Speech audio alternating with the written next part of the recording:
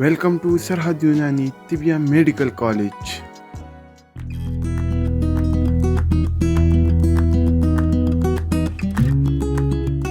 السلام علیکم دوستو، آج ہم بات کریں گے سٹرنم کے بارے میں، جسے عظم القصب بھی کہتے ہیں۔ سامنے سکرین پر اس تصویر میں اگر آپ دیکھیں تو سینے کے مقام پر بالکل درمیان میں سبز رنگ میں آپ کو ایک ہڈی دکھائی گئی ہے۔ اس ہڈی کو سٹرنم کہا جاتا ہے یا عظم القصب کہا جاتا ہے۔ یہ ہمارے سینے کے بالکل درمیان میں پائی جاتی ہے۔ اس کے ساتھ ہماری ہنسلی کی ہڈیاں، دائیں اور بائیں جانب کی ہنسلی کی ہڈیاں جڑتی ہیں، اور دونوں جانب سے، دائیں جانب سے اور بائیں جانب سے غضروفی ہڈی کے ذریعے ہماری پسلیاں ان کے ساتھ جڑتی ہیں۔ یہ دائیں جانب کی پسلیاں اور یہ بائیں جانب کی پسلیاں، اور درمیان میں یہ بلیو کلر میں آپ کو جو دکھائی گئی ہے، یہ غضروفی یا کارٹیلیج بون ہے۔ پسلیاں ان کارٹیلیج بونز کے ساتھ جوڑ کر سٹرنم کے ساتھ جوڑ بناتی ہیں۔ ہماری جو پہلی 7 پسلیاں دائیں جانب کی اور 7 پسلیاں بائیں جانب کی بغیر کسی واسطہ کے اس سٹرنم کے ساتھ جڑتی ہیں۔ اس کو اگر ہم جدا کر کے دیکھیں تو سٹرنم اس طرح سے ہمیں نظر آئے گی۔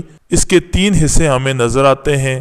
سب سے اوپر مینبریم آف سٹرنم یا جسے نصاب کہا جاتا ہے، درمیان میں اس کی باڈی یا جسم، اور نیچے زیفائڈ پروسیس یا عظم القصب کا زرعی حصہ۔ اس کا جو سب سے اوپر کا حصہ ہے یہ موٹا ہوتا ہے، چپٹا ہوتا ہے، اور بالائی جانب سے اس میں ایک نشیب پایا جاتا ہے جسے جگولر ناچ یا ثقبہ نہر کہا جاتا ہے۔ پھر جیسے جیسے یہ نیچے بڑھتا ہے تو نیچے کی جانب یہ پتلا ہو جاتا ہے اور ایک مثلث ہی بنا لیتا ہے۔ اس پر کچھ نشیب بھی ہمیں نظر آتے ہیں۔ یہ جو ہمیں یہاں پر ایک نشیب نظر آتا ہے یہ آرٹیکولر سائٹ فار کلیویکل ہے۔ اس نشیب کے مقام پر ہنسلی کی ہڈی کے جڑنے کے لیے جگہ ہے، یعنی سٹرنم کی ہڈی کا یہ جو مقام ہے اس کے ساتھ یہ ہماری ہنسلی کی ہڈی یا کلیویکل بون جڑ جاتی ہے، بائیں جانب سے بھی اور دائیں جانب سے بھی۔ پھر اس مقام پر ایک اور ہمیں نشیب نظر آتا ہے۔ اس کے نصاب میں یا مینبریم آف سٹرنم میں دونوں جانب، دائیں جانب بھی ہوگا اور یہ بائیں جانب بھی، جس کے ذریعے ہماری پہلی 2 دائیں اور بائیں جانب کی پسلیاں ہیں وہ اس کے ساتھ جڑ جاتی ہیں۔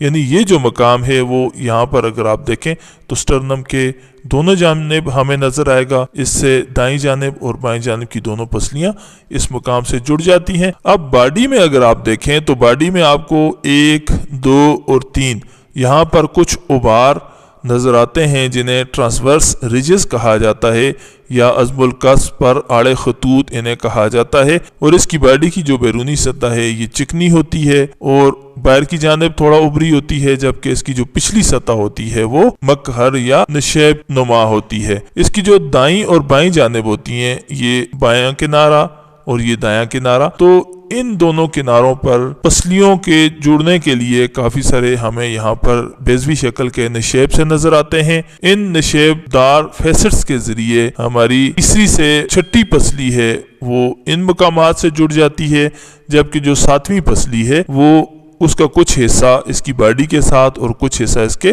ہنجری زائدہ یا زیفائڈ پروسیس کے ساتھ جڑ جاتا ہے۔ اور اس کا جو سٹرنم کا تیسرا حصہ ہے یہ آپ دیکھیں نیچے تو یہ تکون سا بنتا ہے، مثلث نما ہے، یہ ہمارے معدے کے اوپر پایا جاتا ہے، اور اس کے دائیں اور بائیں جانب اس مقام سے 7ویں پسلی اس کے ساتھ جڑ جاتی ہے غضروفی ہڈی کے ذریعے۔ ٹیکسٹ کی صورت میں اگر ہم اس کو دیکھیں تو عظم القصب یا سٹرنم ایک لمبی اور چپٹی ہڈی ہے جو سینے کے بالکل درمیان میں، پسلیوں کے درمیان میں پائی جاتی ہے، جس کی لمبائی تقریباً 17 سینٹی میٹر تک ہوتی ہے۔ یہ ہڈی اوپر سے چوڑی، تھوڑا نیچے آ کر تنگ، اور پھر بتدریج نیچے چوڑی ہو کر آخر میں ایک نوک سی بنا لیتی ہے۔ اس کے 3 حصے ہیں۔ سب سے اوپر نصاب یا مینبریم آف سٹرنم ہے، درمیان میں اس کا جسم یا باڈی ہے، اور نیچے اس کا زیفائڈ پروسیس یا ہنجری حصہ ہے۔ یعنی یہ جو بالائی حصہ ہے مینبریم آف سٹرنم، جیسا کہ ہم نے پچھلی سلائیڈ پہ بھی ڈسکس کیا، یہ بالائی حصہ نصاب پشت کے تیسرے سے چوتھے مورے کے بالکل مد مقابل پایا جاتا ہے۔ یہ مثلث نما حصہ ہے،